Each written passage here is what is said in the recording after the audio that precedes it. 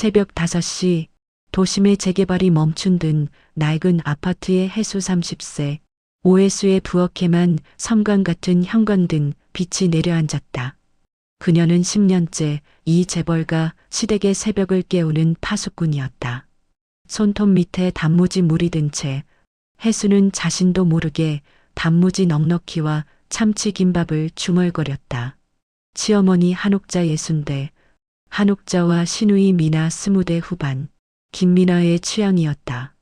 이 모든 정성은 결혼 10년 만에 처음으로 가족 모두가 함께 가게 된 해외여행을 위한 것이었으나 해수의 마음속에는 설렘 대신 불안과 숙명적인 비애만이 안개처럼 서려 있었다.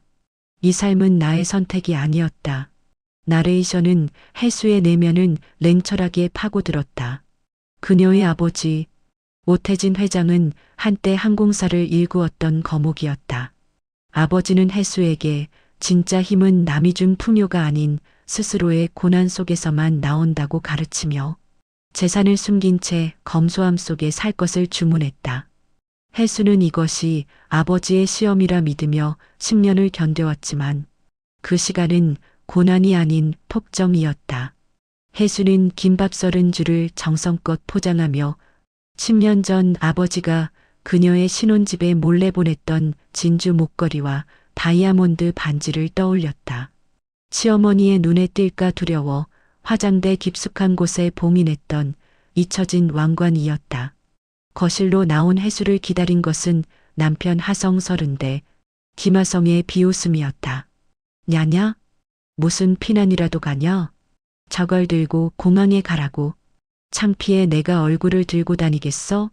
하성의 입가에 걸린 담배 연기처럼 그의 언어는 해수의 존재를 흐릿하게 지웠다. 이 집에서 해수는 아내이기 이전에 초코맘이자 가정부, 그리고 투명인간이었다. 그리고 새벽 5시 40분 폭정의 클라이맥스가 도래했다. 부엌에서 나온 시어머니 한옥자가 해수가 싼 김밥 도시락을 휙 들어 올리더니 경멸스러운 눈빛으로 쓰레기통에 처박아 버렸다. 이게 다 뭐야? 김밥? 공항 나온 지 가면 먹을 게 천지인데 뭐하러 이딴 냄새 나는 걸 싸? 너같이 입맛 촌스러운 애가 무슨 해외여행을 가겠다고 설쳐? 넌 그냥 집에서 우리 초코나 봐. 한옥자의 말은 해수의 심장에 박힌 세대간 죄악의 단검이었다. 해수가 며느리라는 이름으로 겪어야 했던 모든 멸시와 모멸은 아버지 오태진 회장의 과도한 검소함 강요와 하성 가족의 물질 만능주의라는 두 개의 이기적인 선택이 낳은 결과였다. 해수의 현재 고통은 이미 10년 전에 심어진 치명적인 배신의 씨앗에서 비롯된 것이었다. 아, 창피해. 아가씨, 이게 그나마 제일 깨끗한 옷이라서. 시누이 미나마저 해수의 낡은 원피스를 비웃었다. 해수는 마지막까지 가족이라는 희미한 희망의 끈을 잡으려 했지만 하성은 그 끈을 가차없이 끊어냈다. 아, 맞다. 하마터면 깜빡할 뻔했네. 당신 비행기표 애초에 예약 안 했어. 넌 그냥 집에서 쉬고 있어. 하성이 주머니에서 집 열쇠를 꺼내 해수 앞 테이블에 던지는 순간 해수는 자신의 존재가 강아지 초코보다 값싼 딸로 전락했음을 깨달았다. 그들은 해수의 희망을 짓밟았고 그녀의 10년이라는 청춘을 초코밥이나 챙기는 일과 베란다 화분에 물 주는 일로 환원시켰다. 해수는 더 이상 순종적인 바보 며느리로 살 수 없었다.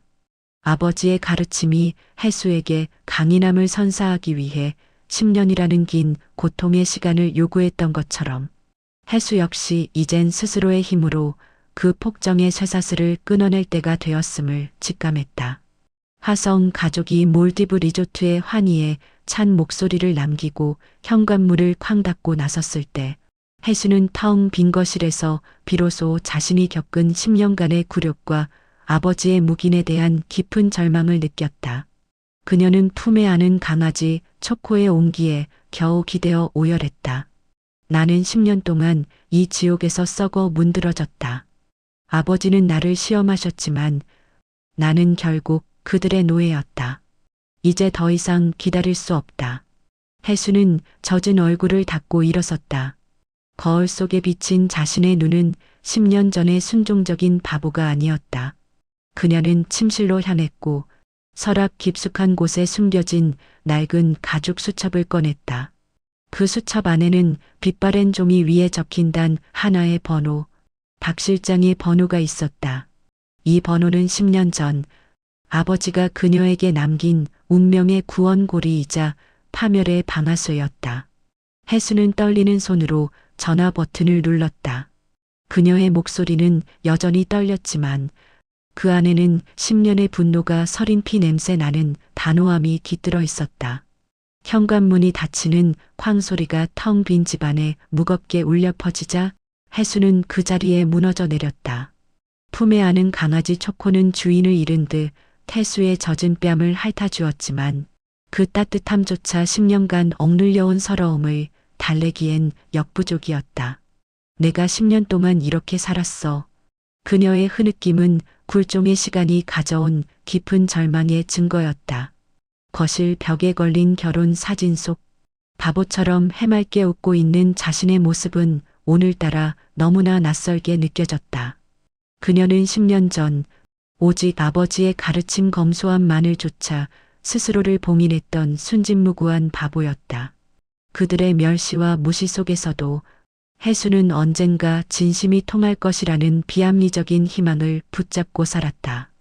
하지만 하성이 던진 당신 비행기표 애초에 예약 안 했어. 넌 그냥 집에서 쉬고 있어. 라는 한마디는 그 모든 10년의 인고를 쓸데없는 노동으로 치부하는 치명적인 배신이었다. 혜수는 비틀거리며 침실로 들어가 화장대 앞에 앉았다. 거울 속 자신의 모습은 링거 바늘이 꽂힌 채 생사를 오가는 환자의 그것과 다를 바 없었다. 그녀는 서랍 가장 깊숙한 곳에 손을 넣어 낡은 가죽 수첩을 꺼냈다.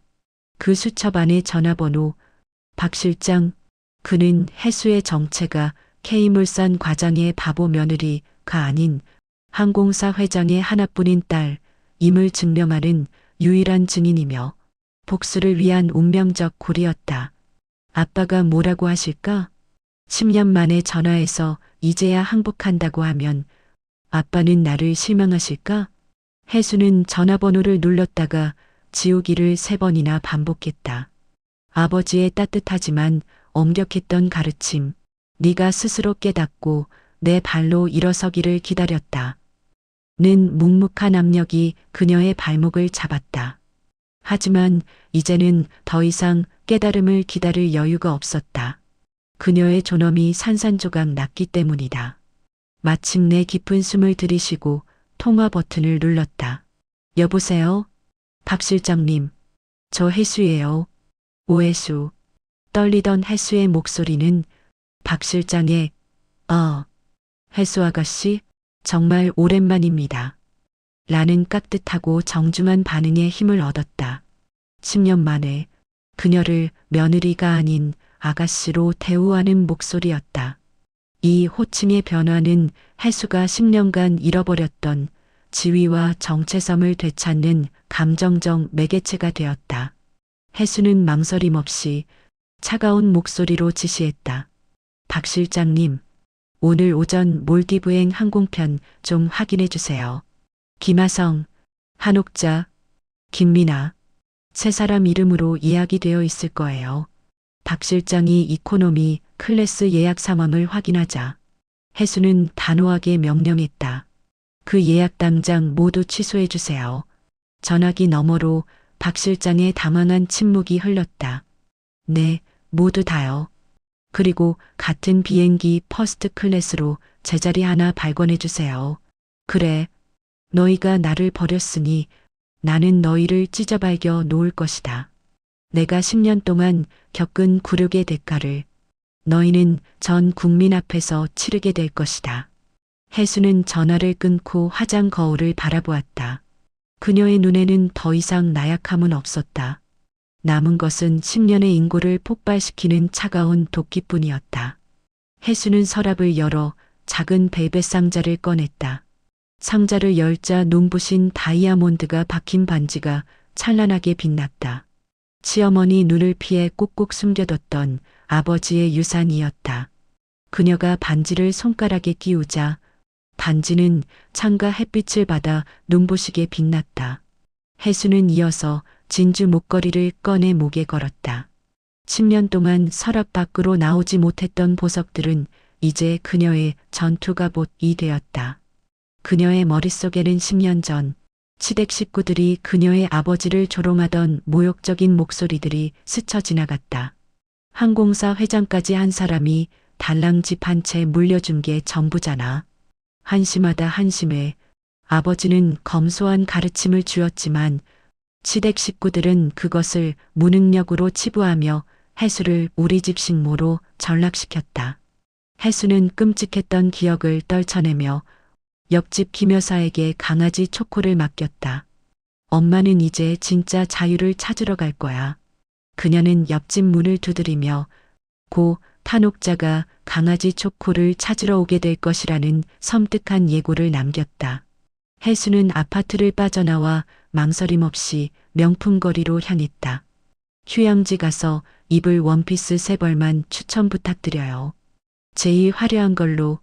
여행용 캐리어도 하나 주시고요. 거울 속 자신에게 완벽하게 어울리는 화려한 옷을 보며 혜수는 10년 만에 처음으로 존재의 해방감을 느꼈다. 택시를 잡고 공항으로 향하는 그녀의 손가락에 낀 다이아몬드 반지가 찬란하게 빛나고 있었다. 더 이상 그들의 노예로 살지 않을 거야. 이제 나는 오해수다. 인천공항으로 향하는 택시 안. 혜수는 10년 만에 처음으로 가슴속이 뻥 뚫리는 듯한 해방감을 느꼈다. 창밖으로 시원하게 펼쳐진 한강물은 마치 그녀의 새로운 출발을 축복하듯 햇빛에 눈부시게 반짝였다. 그녀의 손가락에 낀 다이아몬드 반지는 그 어느 때보다 찬란하게 빛나고 있었다. 이것은 단순한 여행이 아니었다. 10년의 구속과 굴욕에 대한 핏빛 복수극의 서막이었다. 나는 아버지가 주신 지혜를 봉인한 채 그들의 조롱거리가 되어 살았다. 하지만 이제 그 봉인을 풀고 그들이 가장 탐내는 방식으로 나 자신을 다시 정의할 것이다. 혜수의 머릿속은 이미 치밀한 각본으로 가득 차 있었다. 박 실장에게 퍼스트 클래스 항공권을 발권하라고 지시한 것은 단순한 허영심이 아니었다. 그것은 하성 가족의 탐욕과 허세를 역이용하는 가장 확실한 운명의 덫이었다. 혜수는 그들이 가장 소중히 여기는 지위와 품격이라는 허울을 빼앗아 그들을 가장 공개적이고 치욕적인 장소에서 파멸시킬 계획이었다.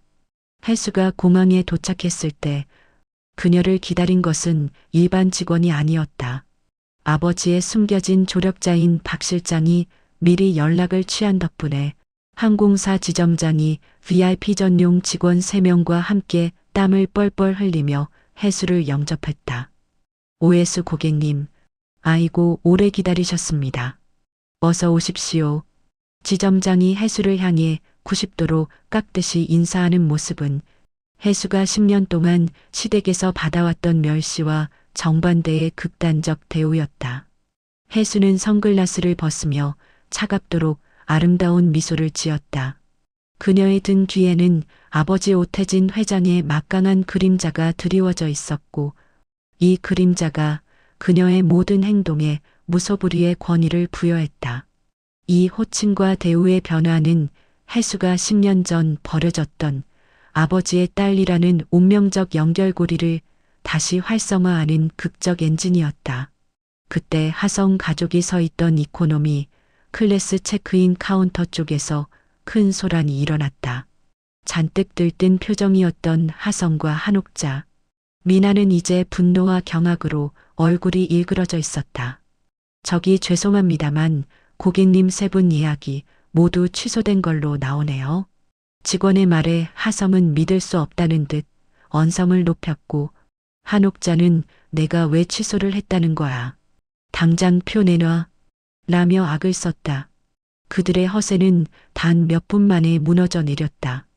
평소 그렇게 폼생폼설을 외치던 재벌가 사람들이 이제는 비행기 표 한 장 때문에 수많은 승객들 앞에서 공개적인 망신을 당하는 비극의 주인공이 된 것이다. 그래, 짐승은 먹이를 빼앗겼을 때 가장 이성을 잃는다. 너희에게 가장 값비싼 먹이는 품격과 여행이었지. 소란이 커지자 보안 요원들이 하성 가족에게 다가갔고 하성은 자신이 K물산 과장임을 내세우며 명함을 흔들었다. 그가 권위를 내세울수록 주변 사람들이 스마트폰을 꺼내 이 상황을 동영상으로 찍는 소리만 커졌다. 이 모든 상황은 해수가 의도한 공개 처형식의 완벽한 오프닝이었다. 바로 그때 해수는 퍼스트 클래스 전용 카운터 쪽으로 방향을 틀었다. 고급스러운 실크 드레스와 다이아몬드 반지에 사람들의 시선이 꽂혔다. 미나는 해수를 보고 잠깐 저 사람 어디서 많이 본 것 같은데? 라며 중얼거렸다. 하성은 VIP 직원들에게 둘러싸인 해수의 모습을 보고 낯선 향수와 기품에 그녀가 자신의 아내임을 비합리적으로 직감하는 감정적 인지의 순간을 맞이했다. 저게 우리 며느리라고. 한옥자가 입을 떡 벌린 채 두 눈을 의심했다. 해수가 천천히 얼빠진 시댁 식구들 쪽으로 고개를 돌렸다. 그녀는 선글라스를 벗으며 차갑도록 아름다운 미소를 지었다. 어머, 다들 여기 계셨네요. 해수는 마치 처음 보는 사람들처럼 아무렇지도 않게 말하며 10년 동안 자신을 투명 인간 취급했던 그들의 방식을 그대로 돌려주었다. 하성은 이성을 잃고 해수에게 달려들려 했다. 너 지금 그 꼴이 뭐야? 이게 다 뭐 하는 짓이야? 그러나 보안 요원들이 찰벽처럼 그를 가로막았다. 해수는 그들 사이로 차가운 목소리를 던졌다. 김하성, 그만해. 여기서 더 취해지지 마. 10년 동안 단 한 번도 남편에게 언성을 높여본 적 없던 해수의 단호함에 하성은 충격에 빠져 소리쳤다. 너 미쳤어? 네가 감히 어디서? 해수의 복수는 이제 막 시작되었을 뿐이었다. 그녀는 10년의 굴욕을 갚기 위해 VIPOS로 다시 태어났다. 공항 로비는 이제 K물산 과장 김하성, 가족의 공개적인 파멸을 생중계하는 거대한 원형 경기장으로 변해 있었다. 하성 가족이 분노와 수치심으로 몸부림치는 동안 해수는 퍼스트 클래스 전용 직원들의 완벽한 에스코트를 받으며 정반대의 극단적인 지위를 과시했다. 나는 10년 동안 너희의 비웃음 아래 살았다. 이제 너희의 지위가 얼마나 허망한 모래성인지 대중 앞에서 똑똑히 증명할 것이다. 하성은 보안 요원들에게 제압당한 채 해수를 향해 절규했다. 야, 너 당장 안 서. 우리 비행기표 네가 취소한 거지. 그렇지. 그의 분노는 해수가 10년 동안 바보처럼 순에 빠진 여자 라고 믿었던 오만한 확신이 무너지는 데서 비롯되었다. 하성은 이 모든 상황이 해수가 감히 벌일 수 있는 일이 아니라고 여전히 믿고 싶었다. 하지만 해수는 한옥자의 악다구니와 하성의 격렬한 항변 속에서도 흔들리지 않았다. 김하성, 그만해. 여기서 더 추해지지 마. 이 짧고 차가운 한마디는 해수가 10년간 억압받았던 내면의 권력이 폭발하는 순간이었다. 시어머니 한옥자는 분을 이기지 못하고 악을 썼다. 지랄마, 저 거지 같은 년이 무슨 놈의 VIP야. 해수는 한옥자의 멸시를 차분하게 되돌려 주었다. 아이고, 10년 동안 어머님께서 제가 거지처럼 살긴 했네요. 이 공개적인 진실 선언은 하성 가족의 체면을 완전히 짓밟았다. 미나는 상황 파악이 안 되는 듯 울먹이며 해수에게 매달렸다. 언니, 이게 다 무슨 일이야? 설명 좀 해봐. 제발. 미나야, 설명할 게 뭐가 있겠어? 너희들 나 없이 여행 가고 싶어 했잖아. 그래서 나 혼자 가려는데 뭐가 잘못됐어? 해수는 그들의 이기적인 행동을 자신들의 선택으로 되돌려주는 잔혹한 논리를 펼쳤다. 하성이 적반하장으로 소리쳤다. 그건 원래 네가 할 일이잖아. 이 말은 해수의 분노를 폭발시키는 마지막 도화선이 되었다. 내가 당신들 가정부야? 10년 동안 나를 대체 뭘로 본 거야? 해수의 목소리에는 깊은 원망과 함께 노예 신부를 벗어던지는 해방감이 서려 있었다. 주변 승객들은 이 드라마틱한 광경을 스마트폰으로 촬영하며 재벌가 가족의 추악한 민낯을 공유하고 있었다. 항공사 지점장이 조심스럽게 해수의 눈치를 살폈다. 고객님, 정말 시간이 다 됐습니다. 이제 들어가셔야 합니다. 해수는 망설임 없이 고개를 끄덕였다. 그녀의 발걸음은 10년 묵은 체증을 털어낸 듯 가벼웠다. 하성은 다급하게 소리쳤다. 야, 오해수, 너 어디가? 해수는 단 한 번 뒤를 돌아보았다. 그녀의 차가운 눈빛은 하성에게 최종적인 심판을 내렸다. 몰디브, 너희가 그렇게 가고 싶어 하던 리조트에 가려고. 스위트룸으로 말이야. 당신들은 집으로 얼른 돌아가서 초코밥이나 잘 챙겨줘. 난초에 물 주는 것도 잊지 말고. 해수의 이 말은 10년간 자신이 받았던 가정부의 임무를 그대로 하성 가족에게 전가하는 잔혹한 복수였다. 하성이 다시 달려들려 하자 보안 요원들이 하성의 팔을 뒤로 꺾어 완전히 제압했다. 하성의 절규와 한옥자의 악다구니가 뒤섞여 공항 로비에 울려 퍼졌지만 해수는 단 한 번도 뒤돌아보지 않고 VIP 전용 보안 검색대로 당당히 사라졌다. 그녀의 손가락에 빛나는 다이아몬드 반지가 마지막 햇빛을 받아 섬광을 일으키는 듯했다. VIP 라운지의 넓은 통유리창 너머 해수는 푹신한 소파에 깊숙이 몸을 묻고 우아하게 샴페인 잔을 들었다. 창밖으로 하성 가족이 보안 요원들에게 질질 끌려나가는 비참한 모습이 한눈에 들어왔다. 미나는 울부짖고 있었고 한옥자는 아예 바닥에 주저앉아 머리를 감싸 쥐고 있었다. 평소 기세등등하던 시어머니의 초라한 모습은 해수가 존엄성을 되찾는 감정적, 비합리적 인지 순간이었다. 하성은 분을 이기지 못해 허공에 주먹질을 하며 해수가 있는 라운지 쪽을 향해 증오에 찬 눈빛을 보냈지만 그 증오는 이미 해수에게 아무런 영향도 미치지 못했다. 핸드폰에 쉴 새 없이 쏟아지는 하성의 저주와 애원의 메시지들을 확인하던 해수는 조용히 핸드폰을 뒤집어 놓았다. 이제 아무 상관없어. 이혼해주면 더 좋고.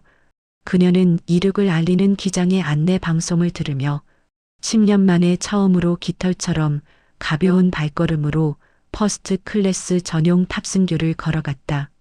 넓고 안락한 퍼스트 클래스 좌석에 몸을 기댄 해수는 지난 10년의 모든 굴욕적인 순간들을 머릿속으로 되감았다.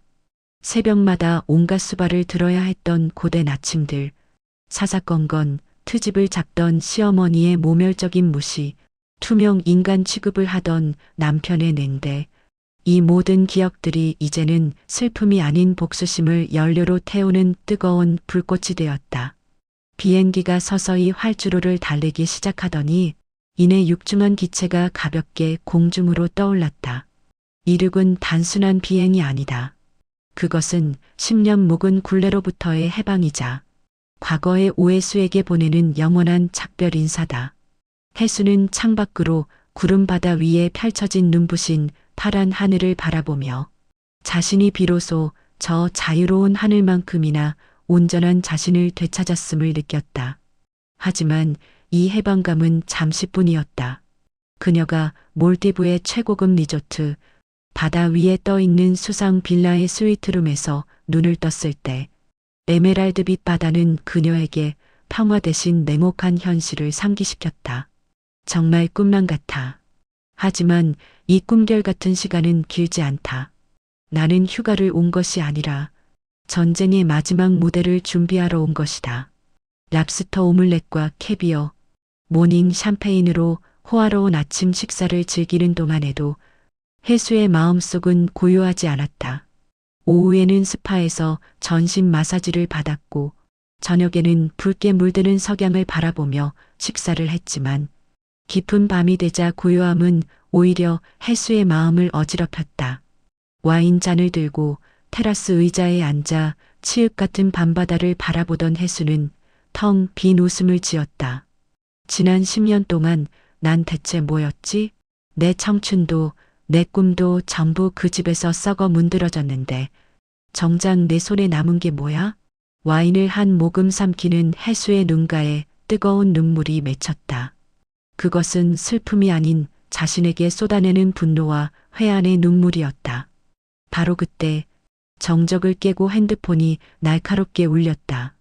한국에서 온 저장되지 않은 번호였다. 네. 오해수 고객님이신가요? 저는 신한은행 여의도 지점 김명준 과장입니다. 이 전화 한 통이 혜수의 복수극을 가정사 문제에서 금융사기 및 치명적인 배신이라는 구체적인 법적 확인의 영역으로 끌어올렸다.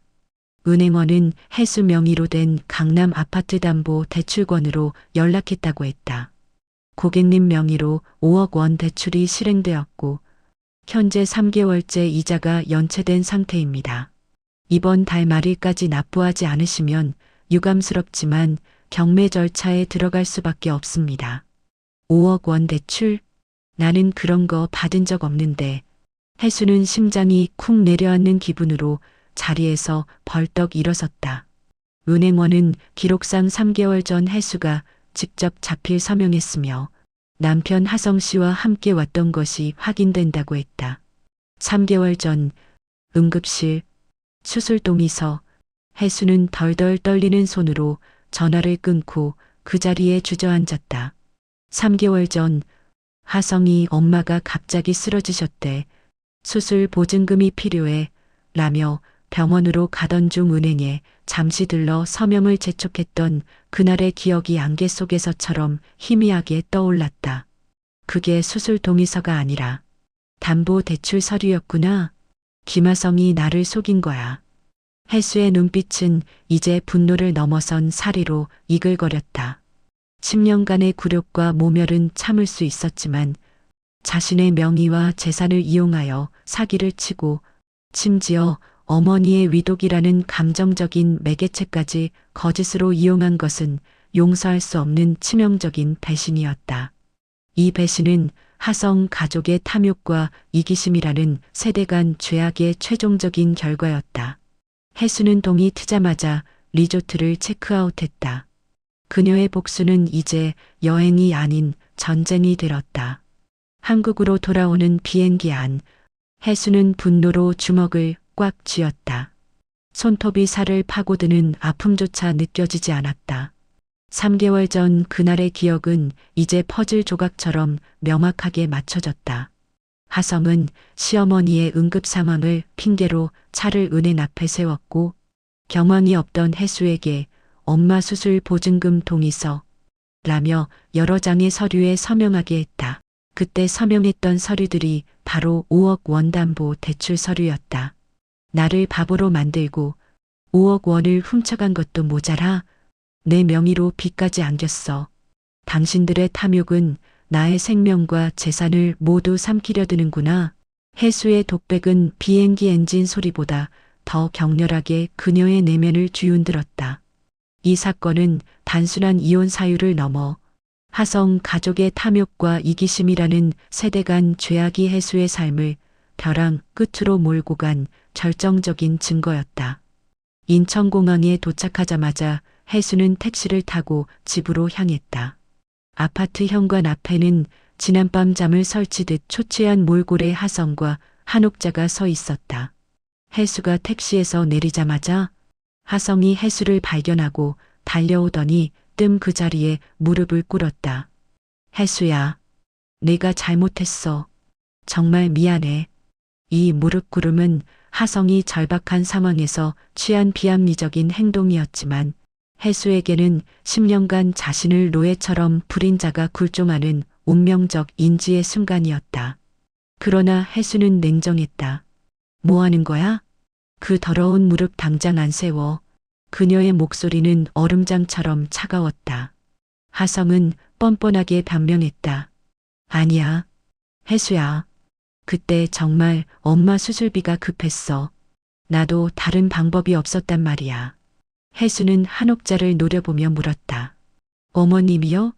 어머님이 응급실에 계셨다고요? 하성이 다급하게 한옥자에게 신호를 보내자 한옥자는 그제야 가슴을 부여잡고 비틀거리며 신음했다. 아이고, 가슴이야. 혜수야, 내가 그때 정말 죽을 뻔했단다. 혜수는 두 사람이 눈짓으로 연기 신호를 주고받는 것을 놓치지 않았다. 어머님, 그 지겨운 연기 이제 그만 좀 하세요. 또 나올 것 같으니까. 혜수의 냉정한 지적에 한옥자는 발악하듯 더 크게 신음했지만 그 연기는 이미 혜수에게 통하지 않았다. 그때 엘리베이터 문이 열리며 미나까지 합세했다. 아주 그냥 가족 총출동이구나. 목이 좋네. 혜수의 비웃음은 기가 막힘에서 나왔다. 하성이 혜수의 바짓가랑이라도 잡을 듯 애원했다. 혜수야, 내가 다 갚을게. 이자까지 쳐서 다 갚을 테니까 제발 시간만 좀 줘. 갚아? 5억을 당신이 무슨 수로 갚는데? 혜수는 혐오스러운 눈빛으로 하성을 내려다보았다. 다 알아. 너희 셋이 짜고 나 속인 거. 혜수는 하성을 밀치고 현관 비밀번호 번호를 눌렀다. 하성이 현관으로 들어오려 했지만 혜수는 하성의 얼굴 앞에서 문을 쾅 닫아버렸다. 집에 들어온 혜수는 숨 돌릴 틈도 없이 곧바로 박 실장에게 전화를 걸었다. 박 실장님, 저예요. 급하게 알아봐 주실 게 있어요. 남편 김하성이 내 명의로 대출받은 5억 원을 어디에 썼는지 계좌 추적 전부 다요. 다음 날 오전 박 실장에게서 이메일 한 통이 도착했다. 혜수는 떨리는 손으로 노트북을 열었다. 첫 번째 자료는 병원 진료 기록이었다. 예상대로 한옥자는 3개월 전 감기 한 번 걸린 적 없이 병원에 간 기록이 전무했다. 역시 다 거짓말이었어. 두 번째 자료는 하성의 계좌 거래 내역. 대출금 5억 원 중 3억 원이 주식 계좌로 이체되어 한 달 만에 모두 손실되었다. 세 번째 자료는 한옥자 계좌로 5천만 원, 미나 계좌로 5천만 원 송금 내역. 네 번째는 한옥자 명의의 9천만 원짜리 오피스텔 계약서. 미쳤구나. 온 가족이 아주 내 돈으로 잔치를 벌였구나. 세상에, 내 돈으로 시어머니 집까지 사줬어. 혜수의 분노는 폭발했다. 마지막 자료는 하성과 한옥자의 통화 녹취록이었다. 혜수가 이어폰을 끼고 재생 버튼을 눌렀다. 녹취록. 한옥자, 그 멍청한 며느리한테는 절대 비밀이야. 알지? 하성, 당연하죠. 엄마, 걔가 뭘 알겠어요? 그냥 시키는 대로 도장이나 찍는 바보인데. 혜수는 그 자리에 얼어붙은 듯 이어폰을 빼냈다. 온몸이 차갑게 식는 것 같았다. 그래, 내가 바보였지? 끝까지 나를 도장이나 찍는 기계로 봤구나. 이제 그 대가를 치르게 해줄게. 이 바보라는 모멸적인 단어는 혜수의 복수 의지를 가장 극단적인 감정 상태로 몰아넣는 감성적 매개체가 되었다. 혜수는 박 실장에게서 하성이 혜수를 속이고 서명하게 하는 은행 CCTV 영상을 추가로 확보했다. 모든 증거가 완벽하게 준비되었다. 혜수는 창밖을 내다보았다. 아파트 입구에서 한옥자가 지나가는 이웃 주민들을 붙잡고 우리 며느리가 글쎄 시어미를 쫓아내고 집을 차지했어요. 라며 하소연을 하고 있었다. 혜수는 핸드폰을 들고 망설임 없이 녹음 버튼을 눌렀다. 소문이라? 그래, 어디 해볼 테면 해보시지. 그녀는 이 모든 증거와 녹취를 가지고 아버지의 마지막 피난처인 양평 시골집으로 향했다. 경기도 양평의 시골길을 달리는 택시 안. 혜수는 창밖을 멍하니 바라보았다. 아버지의 집으로 가는 이 길이 오늘따라 멀고 낯설게 느껴졌다.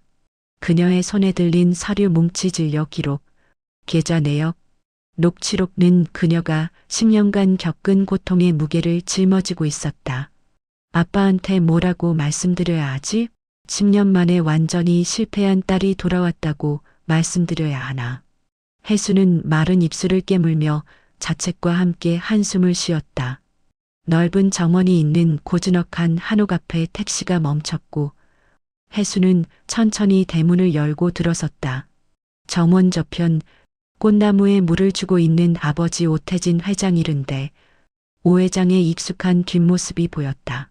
몰라보게 초췌해진 딸의 얼굴을 본 순간 오 회장의 표정이 굳어졌지만 그는 아무 말 없이 물뿌리개를 내려놓고 해수에게 다가왔다. 아무 말 없이 해수를 꽉 품에 안는 아버지의 따뜻한 품에 안기자 억지로 참아왔던 모든 것이 무너져 내렸다. 아빠, 미안해요. 정말 모든 게 엉망이 돼버렸어요. 해수가 아버지의 옷자락을 붙잡고 아이처럼 흐느꼈다. 미안할 게 뭐가 있어? 늦었지만 우리 딸이 드디어 집에 왔는데 오 회장은 묵묵히 딸의 등을 토닥였다. 제가 너무 바보 같았어요. 10년을 그렇게 살았어요. 알아. 다 알고 있었다. 해수는 눈물 범벅이 된 얼굴로 경악하며 아버지를 올려다보았다. 그걸 다 알고 계셨다고요? 어떻게 알면서 가만히 계셨어요? 왜 모른 척 하셨어요? 해수의 목소리에는 원망이 묻어났다. 그녀는 아버지의 침묵이 자신을 지옥에 방치한 치명적인 배신이었다고 생각했다.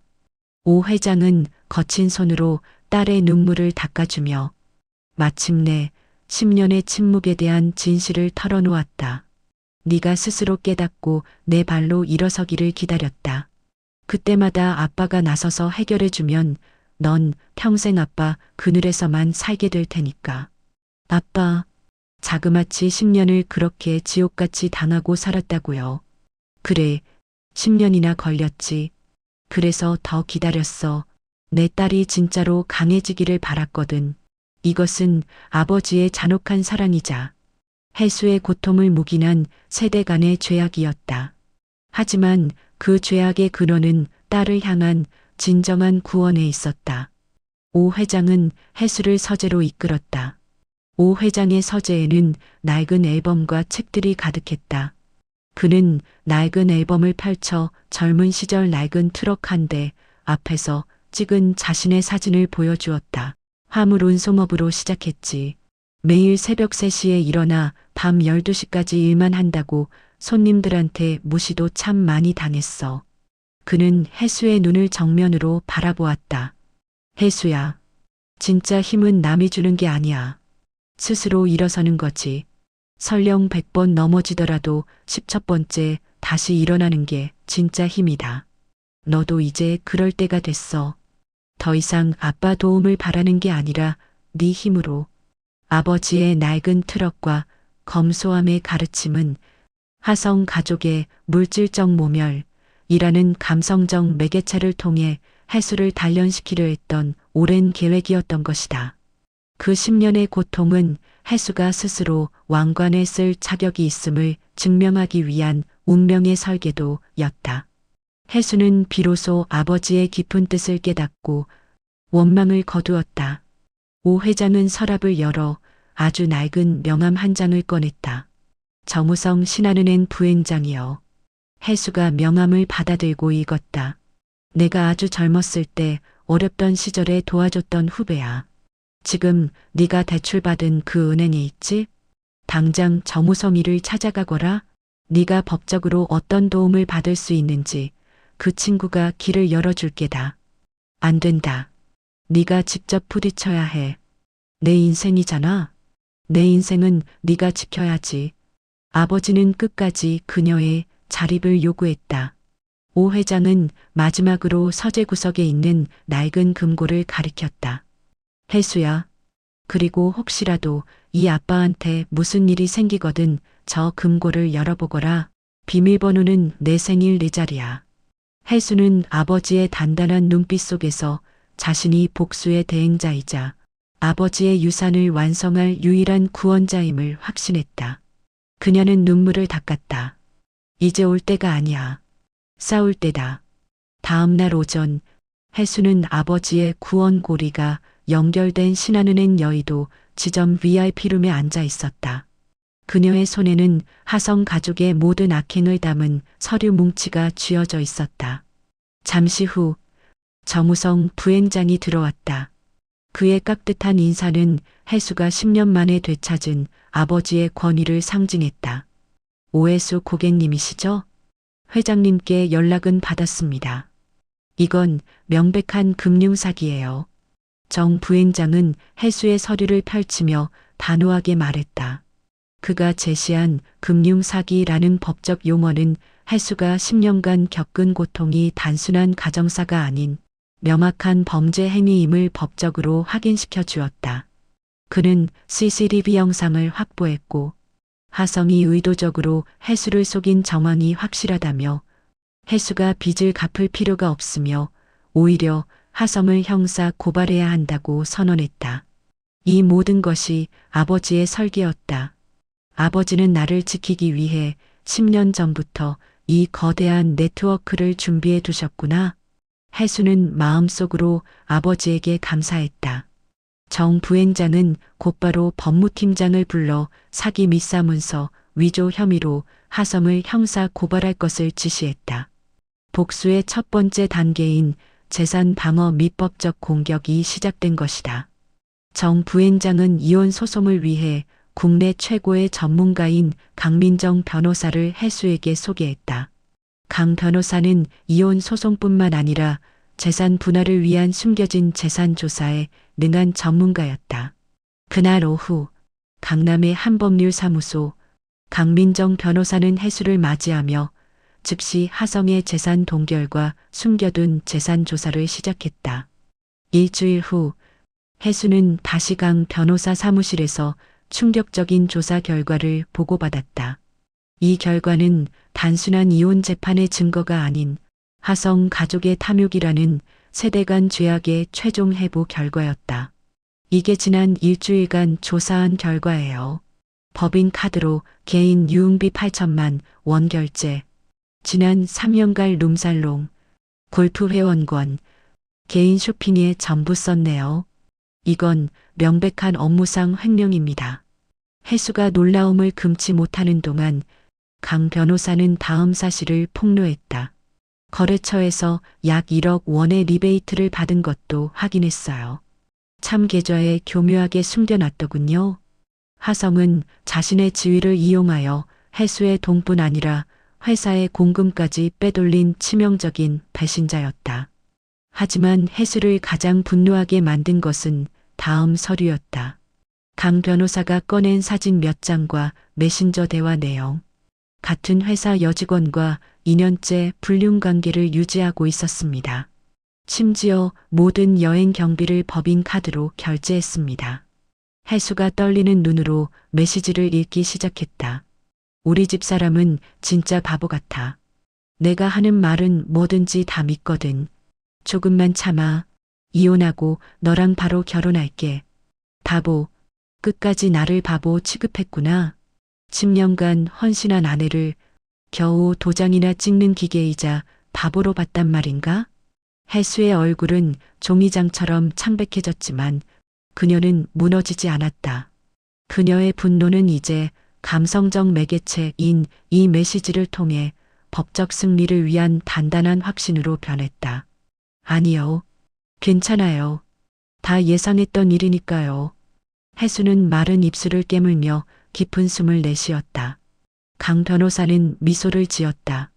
이 자료들 전부 김하성 씨 회사 감사팀과 인사위원회에 보낼 겁니다. 이 정도 증거면 당장 해고될 겁니다. 이제 시작이에요. 그 인간들 아주 뿌리까지 뽑아서 완전히 끝장낼 거예요. 해수가 사무실을 나서며 핸드폰을 들었다. 그녀의 복수는 이제 단순한 이혼을 넘어 하성을 사회적으로, 경제적으로, 도덕적으로 완전히 파멸시키는 공개 처형식을 준비하고 있었다. 마침내 운명의 시간이 도래했다. 해수는 10년간의 굴종과 치명적인 배신에 대한 모든 증거를 들고 신한은행 여의도 지점 VIP 회의실로 들어섰다. 긴 테이블을 사이에 두고 해수와 강민정 변호사가 앉아 있었고 반대편에는 잔뜩 초조하고 불안한 표정의 하성과 한옥자가 앉아 있었다. 하성은 아직도 상황 파악이 안 되는지 해수를 바라보며 능글맞은 미소를 지으려 했다. 혜수야, 우리 사이에 이렇게까지 할 필요 있어? 다 좋게 좋게 해결하면 되잖아. 안 그래? 두두? 이 비웃음 섞인 태도는 혜수의 복수심을 더욱 타오르게 했다. 마지막까지 나를 기만하고 이 상황을 부부싸움 정도로 치부하려 하는구나. 당신이 나를 바보로 취급한 대가를 이 자리에서 만천하에 공개적으로 치르게 될 것이다. 정우성 부행장이 무거운 분위기 속에서 회의를 시작했다. 오늘은 오해수 고객님 명의 대출권에 대한 최종 사실 확인차 모이신 겁니다. 혜수가 얼음장처럼 차가운 목소리로 하성을 겨누었다. 나를 기만하고 내 명의로 사기를 친 사람이 과연 내 남편이 맞을까? 한옥자는 기다렸다는 듯 혜수를 몰아붙였다. 아유, 뭘 그렇게까지 심각하게 말해? 부부끼리 살다 보면 그럴 수도 있지. 당신이 조금만 도와주면 되잖아. 바로 그때 은행 법무팀장이 노트북을 열어 맞은편의 대형 화면에 첫 번째 자료를 띄웠다. 먼저 3개월 전 대출 당일 은행 CCTV 영상입니다. 화면에는 은행 로비 영상이 고스란히 재생되었다. 하성이 혜수의 팔을 거칠게 잡아 끌며 빨리 엄마 지금 응급실에 실려갔다고 라고 재촉하는 모습이 선명했다. 경황이 없는 혜수가 하성이 가리키는 곳마다 황급히 서명하는 장면이 이어졌다. 이 CCTV 영상은 혜수가 사기에 의해 서명했음을 증명하는 공개적인 법적 확인이었다. 하성의 여유롭던 얼굴이 순식간에 굳어졌다. 법무팀장은 곧바로 병원 진료 기록을 띄웠다. 확인 결과 한옥자 씨는 그날을 포함해 최근 3개월간 병원 방문 기록이 전혀 없습니다. 뭐라고? 아니야. 내가 그날 정말 아팠다니까. 이 사람들이 잘못 안 거야.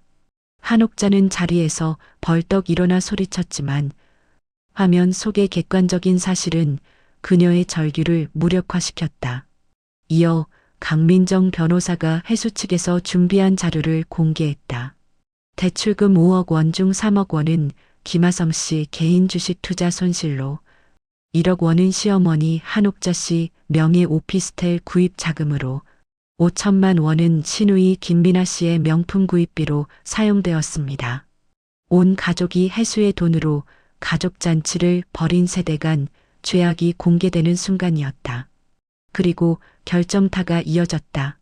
그럼 이 통화 녹취록도 한번 들어보시죠. 스피커에서 하성과 한옥자의 목소리가 선명하게 흘러나왔다. 걱정 마세요. 엄마, 그 바보가 뭘 알겠어요? 그냥 시키는 대로 도장이나 찍는 기계인데. 바보, 도장 찍는 기계. 혜수는 그 단어가 자신의 심장을 다시 꿰뚫는 듯했지만 이번에는 무너지지 않았다. 하성은 이성을 잃고 테이블을 치며 소리쳤다. 야, 당장 그거 안 끄라고. 아직 끝이 아닙니다. 김하성 씨, 박민정 변호사는 차갑게 다음 서류를 꺼내 들었다. 이건 김하성 씨의 법인 카드 유용 내역입니다. 지난 3년간 총 8천만 원을 개인 유흥비로 사용하셨네요. 그리고 거래처에서 받을 리베이트 1억 원을 참 계좌에 숨겨두셨더군요. 이건 명백한 횡령입니다. 하성의 얼굴이 새파랗게 질렸다. 여기 더 놀라운 것도 있습니다. 강 변호사가 여러 장의 사진을 테이블 위에 펼쳤다. 하성이 젊은 여자와 끌어안고 해외 리조트 수영장에서 찍은 적나한 사진들. 불륜 증거였다. 우리 집 사람은 진짜 바보 같아. 내가 하는 말은 뭐든지 다 믿거든. 조금만 참아. 이혼하고 너랑 바로 결혼할게. 강 변호사가 메시지 내역을 읽어내려가자 한옥자는 믿을 수 없다는 듯 하성을 노려보았다. 지금 바람까지 피웠다는 거야. 은행 법무팀장은 이 모든 증거 앞에서 최종 선언을 했다. 김하성 씨의 행위는 명백한 사기죄이며 저희 은행은 업무상 횡령 및 배임 혐의로도 추가 고발할 예정입니다. 정우성 부행장이 차가운 눈으로 하성을 보며 선언했다. 형사고소는 오늘 즉시 진행하겠습니다. 그리고 김하성 씨 소유의 전 재산에 대해서도 가압류를 동시에 시행합니다. 뭐, 가압류라고 내 재산에. 하성이 다리에 힘이 풀린 듯 그 자리에 주저앉았다. 혜수는 가방에서 이혼 서류를 꺼내 하성 앞으로 밀었다. 이혼 서류야. 네가 그토록 원하던 거. 당장 서명해. 10년의 굴종이 이 공개 처형식으로 완성되는 순간이었다. 하성의 마지막 남은 자존심과 현실 감각은 은행 VIP룸의 대형 화면에 재생된 자신의 범죄 증거들 앞에서 산산조각 났다. 그가 10년간 아내를 바보로 규정하며 누렸던 모든 오만함과 쾌락의 대가가 공개적인 법적 확인이라는 형태로 부메랑처럼 돌아왔다. 나는 너희에게 도장이나 찍는 기계였지만 이제 나는 너희의 파멸에 도장을 찍는 심판관이다.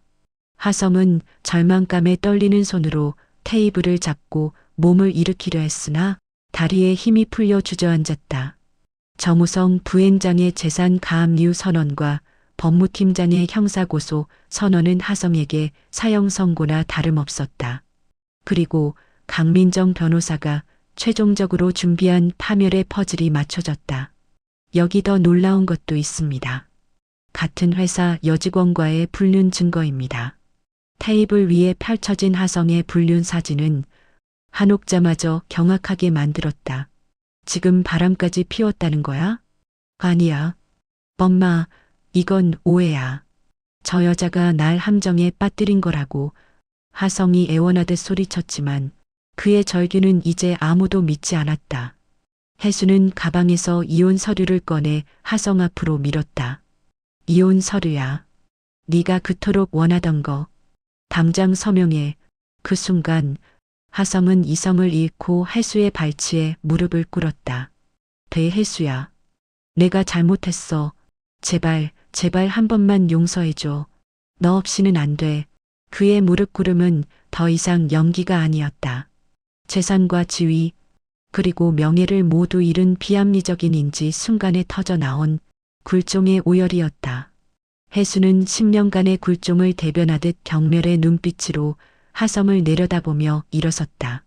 너한테 속아준 10년이면 충분해. 이제 정말 끝이야. 위자료는 네가 숨겨둔 재산까지 싹싹 긁어서 내가 그동안 당신 집에서 노예처럼 산 값으로 최대한 받아낼 거야. 안 돼, 혜수야. 제발. 하성은 절규하며 혜수의 바짓가랑이를 잡으려 했지만 혜수는 이미 그를 더러운 오물처럼 여겼다.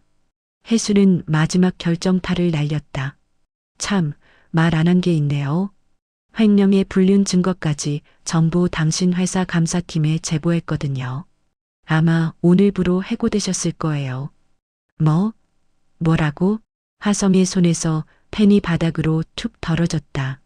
해고는 그에게 사회적 사망 선고와 같았다. 그의 얼굴은 새하얗게 질려 공포에 떨었다. 혜수는 싸늘하게 일어서며 그들을 쳐다보지도 않았다. 이제 볼일 다 끝났어요. 다들 나가주세요. 모든 것을 잃은 하성 가족이 충격과 분노에 질린 채 회의실을 빠져나갔다. 하성의 마지막 발악은 오해수, 너 이렇게까지 하고 꼭 후회할 날이 올 거야. 라는 저주였지만 혜수에게는 아무런 의미도 없었다. 혜수는 홀로 남아 창밖의 도시 풍경을 바라보았다. 후회는 김하성 씨가 하겠지. 나는 이제 자유야. 하지만 아직 끝이 아니다. 이 모든 파멸의 원인이 된 세대 간 죄악의 뿌리를 완전히 뽑아내야 한다. 바로 그때 혜수의 핸드폰이 요란하게 울렸다. 박 실장이었다. 김하성 그 인간이 어젯밤에 회장님을 찾아갔습니다. 회장님께 온갖 욕설을 퍼붓고 소리를 지르다가 회장님께서 그만 쓰러지셨습니다. 아빠가 쓰러지셨다고? 혜수의 손에서 핸드폰이 바닥으로 떨어졌다. 하성의 최종 악행은 혜수의 복수를, 가장 소중한 사람의 생명을 건 극한의 위기로 몰아넣었다. 혜수는 잠옷바람 그대로 옷을 대충 걸쳐 입고 병원으로 향했다. 그녀의 눈에서는 걷잡을 수 없는 눈물이 쏟아졌다. 복수의 완결은 또 다른 비극의 서막이 되었다. 서울대 병원 응급실. 숨이 턱까지 차오른 해수는 중환자실 병실 문을 조심스럽게 열고 들어섰다. 침대에 누워 산소 마스크를 쓴 채 의식을 잃은 아버지 오태진 회장의 얼굴은 창백했다. 아빠, 제가 이겼지만 결국 아버지를 지키지 못했어요. 해수는 달려가 아버지의 앙상한 어깨를 조심스럽게 껴안고 오열했다. 의사는 해수에게 청천벽력 같은 소식을 전했다. 원래 심장이 안 좋으셨는데 급격한 스트레스로 심근경색이 왔습니다. 당장 수술해야 합니다. 하지만 상태가 위중해서 수술 중에 무슨 일이 생길지 모릅니다. 심지어 혼수 상태입니다. 며칠이 될지 몇 달이 될지 알 수 없습니다. 라는 말까지 들려왔다. 해수는 주저앉았고 박 실장이 태블릿으로 하성이 아버지를 찾아가 폭언을 퍼붓는 영상을 보여주었다. 해수가 처음부터 10년 동안 아버님을 속였어요. 이제 아버님 재산을 다 뺏어갈 거예요. 그년이 다 차지할 거라고. 하성의 독설에 오 회장이 가슴을 부여잡고 쓰러지는 장면은 해수의 심장에 참을 수 없는 분노를 새겼다. 이 나쁜 놈, 당신의 탐욕이 결국 아빠의 생명까지 앗아가려 하는구나. 해수가 수술 동의서에 떨리는 손으로 서명하는 동안 병원 복도에서는 또 다른 탐욕의 그림자들이 들이오고 있었다. 중년 남녀와 젊은 남자가 급하게 들어왔다. 그들은 오 회장의 하나뿐인 동생 박준호와 그의 가족들이었다. 형님이 어디 계시오? 누가 수술 허락했어? 우리가 형님의 유일한 혈육인데. 박준호는 해수를 노려보며 오직 재산관리권에만 관심이 있음을 드러냈다. 그의 아들 진수마저 해수에게 비아냥거렸다. 남편이 바람피웠다며? 남편도 제대로 못 다스린 년이 뭘 할 수 있겠어? 이들은 해수의 고통과 아버지의 위독을, 재산 강탈을 기회로만 보고 있었다. 그리고 엘리베이터에서 나타난 하성과 한옥자. 두 사람은 박준호 일행을 발견하고는 곧바로 탐욕의 연합 전선을 구축했다. 하성은 거짓말을 지어냈다. 해수가 재산 욕심 때문에 이혼을 미루고 있어요. 처음부터 제 재산을 노리고 저랑 결혼한 거였어요. 박준호는 눈이 번쩍였다. 그럼 해수가 형님 재산도 노리고 있다는 거요? 하성은 자신이 오 회장에게 그 사실을 알리러 갔다가 쓰러지게 된 것처럼 말을 흘렸다. 박준호는 하성의 말을 굳게 믿으며 그의 어깨를 두드렸다. 진실을 알려준 것소. 고맙소. 박준호의 변호사가 해수를 향해 서류를 내밀었다. 형님이 깨어날지도 모르는 상황이니 법원에 한정 후견 신청을 할 겁니다. 박준호 씨가 재산관리인이 되도록? 뭐라고요? 아빠한테 딸인 제가 있는데 무슨 말도 안 되는 소리예요. 해수는 경악했지만 박준호의 변호사는 차갑게 말했다. 김하성 씨와 한옥자 씨의 증언도 있고요. 해수 씨는 부적격자예요. 복도 끝에서 이 모든 광경을 목격한 해수는 저 사람들이 한패가 됐구나. 하성 가족의 악행이 결국 아버지의 형제에게까지 탐욕이라는 세대간 죄악을 전염시켰어. 라며 분노했다. 그녀는 중환자실에서 의식 없는 아버지 옆을 지키며 눈물을 흘렸다. 아빠, 제발 깨어나요. 저 혼자 두고 가지 마요. 박 실장이 조용히 다가왔다. 아가씨, 회장님이 분명 대비를 해두셨을 거예요. 양평집 서재 금고 기억하시죠? 회장님이 뭔가 남기셨을 거예요. 금고. 해수는 아버지의 마지막 말을 떠올렸다. 혹시라도 이 아빠한테 무슨 일이 생기거든 저 금고를 열어보거라. 아버지는 10년 전부터 이 순간을 대비했던 것이다. 하성의 최종 악행이 해수에게 아버지의 생명을 지키고 모든 탐욕의 뿌리를 뽑아낼 마지막 무기를 획득할 기회를 준 것이다.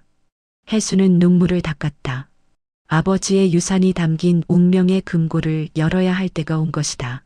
새벽 4시 해수와 박 실장은 깊은 어둠에 잠긴 양평 시골집 서재로 향했다. 해수는 망설임 없이 책장 뒤편에 숨겨진 낡은 금고 앞으로 다가섰다. 아버지의 생일을 누르자 묵직한 금고 문이 열렸다. 금고 안에는 붉은색 봉투 하나와 USB 그리고 공증 도장이 선명하게 찍힌 서류 뭉치가 들어 있었다. 이건 아버지의 유언장이네요. 혜수가 떨리는 손으로 서류를 펼쳤다. 본인 오태진은 다음과 같이 유언합니다. 나의 모든 부동산과 개인 자산은 나의 유일한 딸 오혜수에게 상속한다. 보유한 항공사 지분은 장학재단 설립에 사용하며 재단 이사장은 오혜수가 맡도록 한다. 아가씨께서 모든 걸 상속받으시는군요. 공증 날짜가 작년입니다. 이걸 다 미리 준비해 두신 거예요. 박 실장의 안도 섞인 목소리가 어둠을 갈랐다. 혜수는 비로소 아버지의 대규모 속죄 행동이자 장기적인 구원 계획이 무엇이었는지 깨달았다. 재단 설립은 혜수의 미래를 보장하는 동시에 10년간의 굴욕과 아버지의 무관심이라는 세대 간 죄악을 사회공헌으로 승화시키려는 아버지의 최종 속죄였다. 혜수가 USB를 연결하고 동영상 파일을 재생하자 병상에서의 모습이 아닌 건강했던 모습의 오 회장이 화면에 나타났다. 혜수야, 네가 이 영상을 보고 있다면 이 아빠한테 무슨 일이 생긴 거겠지? 그리운 아버지의 목소리에 혜수의 눈에서 눈물이 흘렀다. 오 회장은 카메라를 똑바로 바라보며 말했다. 내 전 재산을 너에게 남기는 이유는 단순하다. 넌 내 딸이고 내가 이 세상에서 가장 사랑하는 사람이니까. 그리고 이어지는 아버지의 목소리는 박준호 일가를 향한 최종 심판이었다. 혹시라도 내 동생 준우가 나타나서 내 재산을 위협하거든 저 빨간 봉투를 열어봐라. 혜수가 빨간 봉투를 집어들었다. 그 안에는 충격적인 서류들이 가득했다. 박 실장님, 이게 다 뭐예요? 이건 20년 전 차용증입니다. 박준호가 회장님께 1억억 원을 빌렸는데 한 푼도 갚지 않았군요. 여기 통장 거래 내역도 있습니다. 박준호가 그 돈을 전부 도박으로 날린 증거입니다. 박 실장은 다음 서류를 꺼냈다. 15년 전 이메일 사본입니다. 박준호가 회장님 거래처에 허위 정보를 보내 계약을 파기시키려 한 삼촌이 아빠 사업을 방해했다고요? 마지막 서류는 10년 전 부동산 계약서였다. 이건 회장님 도장을 위조한 겁니다. 박준호의 탐욕과 배신이라는 20년에 걸친 세대 간 죄악의 증거들이었다. 오 회장은 마지막 메모를 남겼다. 준우를 당장 감옥에 보낼 수도 있었지만 하나뿐인 동생이라 마지막으로 참았다. 하지만 준우가 내 딸 혜수를 괴롭힌다면 그땐 절대 용서하지 마라. 아빠가 20년 동안 이 증거들을 다 저를 위해서 보관하고 계셨던 거예요. 혜수는 서류 뭉치를 가슴에 꼭 안았다. 아버지의 유산은 돈이 아닌 딸을 지키기 위한 운명의 무기였던 것이다. 이 증거들은 이제 하성 가족과 박준호 일가 모두를 한 번에 심판할 수 있는 법적 확인의 결정타가 되었다. 혜수는 눈물을 닦았다. 아가씨, 이제 저 탐욕의 아들을 쓸어버릴 무기가 생겼습니다. 박 실장의 말에 혜수는 고개를 끄덕였다. 그녀는 더 이상 나약한 딸이 아니었다. 아버지의 유산과 힘을 이어받은 복수와 구원의 대행자였다. 다음 날 오후 병원 대회의실에 모든 관련자가 모였다. 혜수와 강민정 변호사가 테이블 한쪽에 탐욕과 불만으로 가득 찬 박준호 일가 삼촌, 사촌과 하성 가족 남편, 시어머니 반대편에 앉았다. 이 자리는 오 회장의 생명 위기를 틈타 재산을 강탈하려던 자들과 아버지의 유산을 수호하고 죄악을 심판하려는 딸 사이의 운명적인 최종 심판대였다. 그래서 우리 바쁜 사람들을 오늘 왜 부른 거요? 박준호는 다리를 꼬고 앉아 거만하게 물었다. 그의 눈빛에는 이미 재산 관리인이 된 듯한 오만함이 서려 있었다. 두 눈으로 똑똑히 확인시켜 들을 게 있어서요. 혜수가 흔들림 없는 눈빛으로 차분하게 대답했다. 그녀의 차분함은 이들을 향한 경멸과 단죄의 의지를 담고 있었다. 혜수가 준비해 온 서류를 테이블 위에 꺼냈다. 아버지의 유언장입니다. 법적 효력이 완벽한 공증된 유언장이에요. 박준호가 믿을 수 없다는 듯 서류를 낚아챘지만 강민정 변호사가 제시한 공증인과 주치의의 확인서는 그의 입을 다물게 했다. 날짜를 보니 작년 3월 15일에 공증을 마치셨더군요. 위조라고 주장하셔도 소용없습니다. 분노를 이기지 못한 박준호가 테이블을 쳤다. 그때 혜수가 노트북을 열어 USB를 꽂자 회의실 대형 화면에 건강했던 오 회장의 모습이 나타났다. 오태진은 오늘 정신이 가장 멀쩡한 상태에서 이 유언을 남긴다. 오 회장의 웅장한 목소리가 회의실에 울려 퍼졌다. 내 모든 재산은 내 딸 오혜수에게 남긴다. 이유는 간단하다. 혜수는 내 딸이니까. 박준호와 하성 가족 모두 충격에 빠져 말을 잃었다. 그리고 이어지는 오 회장의 목소리는 박준호의 20년에 걸친 죄악을 폭로했다. 그리고 내 동생 박준호에게 마지막으로 경고한다. 만약 네가 이 유언에 이의를 제기하거나 내 딸 혜수를 괴롭힌다면 내가 20년간 보관해온 내 놈의 범죄 증거를 즉시 검찰에 제출하겠다. 뭐? 범죄 증거? 박준호의 얼굴이 새하얗게 질렸다. 혜수는 빨간 봉투에서 서류들을 꺼내 박준호 앞에 던졌다. 1억억 원 차용증, 도박 기록, 10년 전 계약 위조 증거. 아빠가 20년 동안 이 증거를 다 나를 위해서 보관하고 계셨던 거예요. 혜수는 차갑게 말했다. 박준호는 충격에 그 자리에 주저앉았다. 형님이 다 알고 계셨구나. 내가 그동안 형님의 자비 아래 살았던 거였어.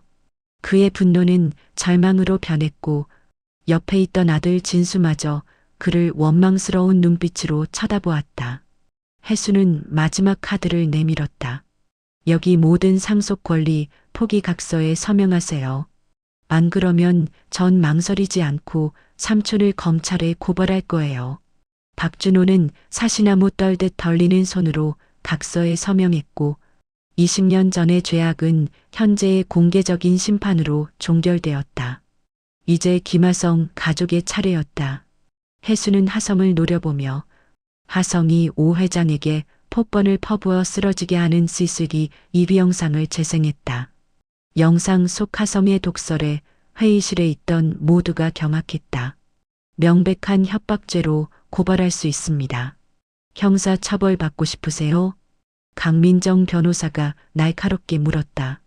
하성은 모든 것을 체념한 듯 펜을 들었다. 이것도 서명하세요. 모든 권리 포기하고 다시는 우리 가족 앞에 나타나지 않겠다는 접근 금지 서약서입니다.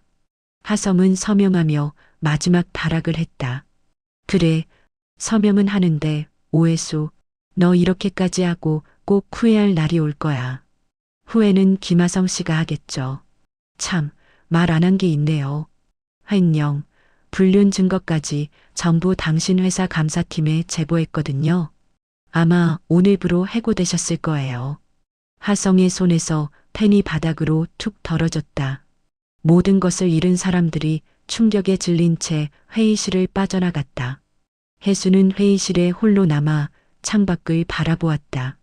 아빠, 제가 드디어 이겼어요.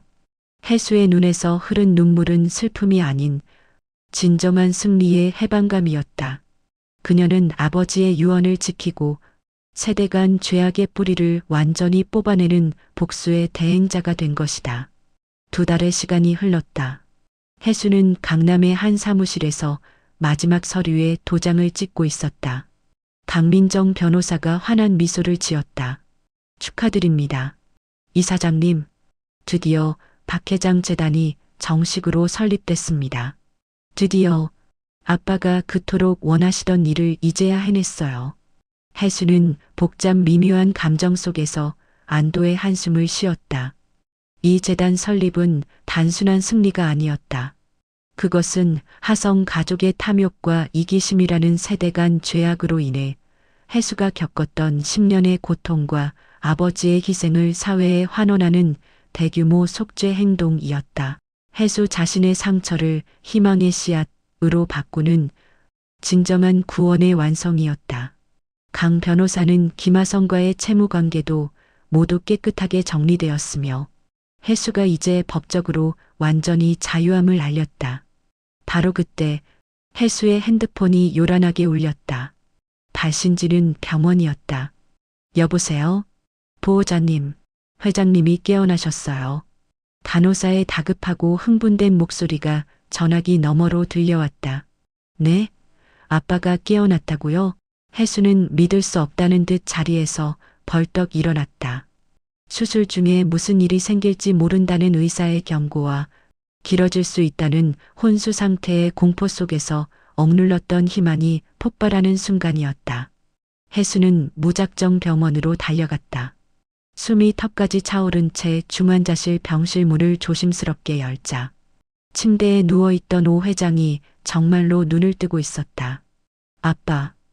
혜수가 달려가 아버지의 앙상한 어깨를 조심스럽게 껴안았다. 혜수야. 오 회장이 아직 힘은 없었지만 분명하고 또렷한 목소리로 딸의 이름을 불렀다. 아빠, 이렇게 깨어나줘서 정말 고마워요. 혜수가 울음을 터뜨리자 오 회장은 뼈마디가 드러난 손으로 딸의 손을 꼭 잡았다. 우리 딸, 내가 다 봤어. 네? 아빠, 뭐를요? 아주 긴 꿈속에서 네가 그놈들이랑 싸우는 거 다 지켜봤어. 오 회장은 혜수가 겪었던 모든 고난과 자신이 딸에게 가르치려 했던 스스로 일어서는 힘을 혜수가 마침내 증명했음을 확인했다. 자랑스럽다. 내 딸. 아니, 넌 언제나 내 자랑스러운 딸이었어. 메말랐던 오 회장의 눈에서도 뜨거운 눈물이 흘러내렸다. 이 감정적 비합리적 인지 순간, 혜수가 10년간 갈망했던 아버지의 진정한 인정과 사랑을 얻는 최종적인 구원이었다. 그로부터 한 달 후 서울의 한 호텔 연회장에서는 박 회장 재단의 첫 장학생 선발식이 열렸다. 단정하게 차려입은 혜수가 단상 위 마이크를 잡았다. 저도 한때는 제 모든 꿈을 포기하고 싶었던 절망의 순간이 있었습니다. 하지만 저희 아버지께서 제게 가르쳐 주셨습니다. 진짜 힘은 시련에 굴복하는 것이 아니라 스스로 다시 일어서는 것이라고 말입니다. 객석 맨 앞줄 휠체어에 앉아 있는 오 회장은 그런 딸을 바라보며 더없이 자랑스러운 미소를 지었다.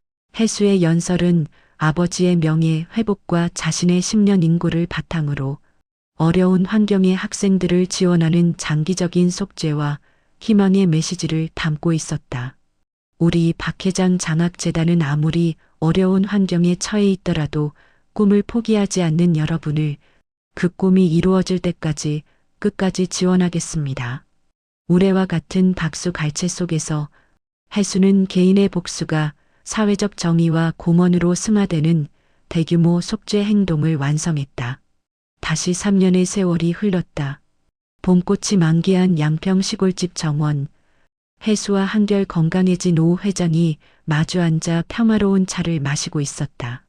정원에는 10년 전 폭우가 쏟아지던 날과는 비교할 수 없는 따뜻하고 온전한 봄 기운이 가득했다. 아빠, 이번에 우리 재단 장학생이 드디어 100명을 넘었어요. 혜수가 환하게 웃었다. 오 회장은 자랑스럽다는 듯 달의 손을 잡았다. 솔직히 그 10년이 지옥처럼 힘들었지만 지금 돌이켜 생각해보면 그 시간들이 다 지금의 저를 만든 밑거름이었어요. 혜수는 10년의 고통을 성장의 발판으로 받아들였다. 한편 같은 시각 서울 변두리의 낡은 공사 현장. 한때 K물산 과장이었던 하성은 안전모를 쓴 채 땀을 뻘뻘 흘리며 무거운 벽돌을 나르고 있었다. 그의 얼굴은 햇빛에 거칠게 그을려 있었고 흙먼지 묻은 손으로 차가운 김밥 한 줄을 허겁지겁 데우는 모습은 과거에 오만했던 재벌 2세의 모습과는 극명하게 대비되었다. 젠장, 이게 내 인생이라니. 믿을 수가 없네. 하성은 자신의 탐욕과 이기심이 가져온 완벽한 몰락을 체감하고 있었다. 같은 시각 한옥자는 햇빛도 잘 들지 않는 좁은 월세방에서 라면을 끓이고 있었다. 그녀의 눈에 우편함에서 꺼낸 전단지 한 장이 들어왔다. 박회장 재단 어르신 무료 급식소 안내. 한옥자의 손이 부들부들 떨렸다. 혜수, 해가 이런 일을 하고 다닌다고? 내가 그때 그 애한테 조금만 잘해줬더라면. 뒤늦은 후회의 눈물이 주름진 뺨을 타고 흘러내렸다.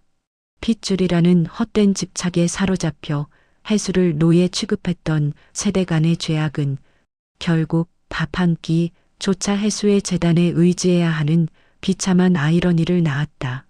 다시 평화로운 양평의 정원, 해수의 핸드폰이 울렸다. 아, 이사장님, 내일 봉사활동 준비는 모두 마쳤습니다. 해수가 밝은 목소리로 전화를 끊고 아버지에게 다가갔다. 아빠, 저 다음 주에 어떤 분이랑 저녁 같이 먹기로 했어요. 해수가 오랜만에 소녀처럼 수줍게 웃었다. 그래. 좋은 사람이더냐? 네.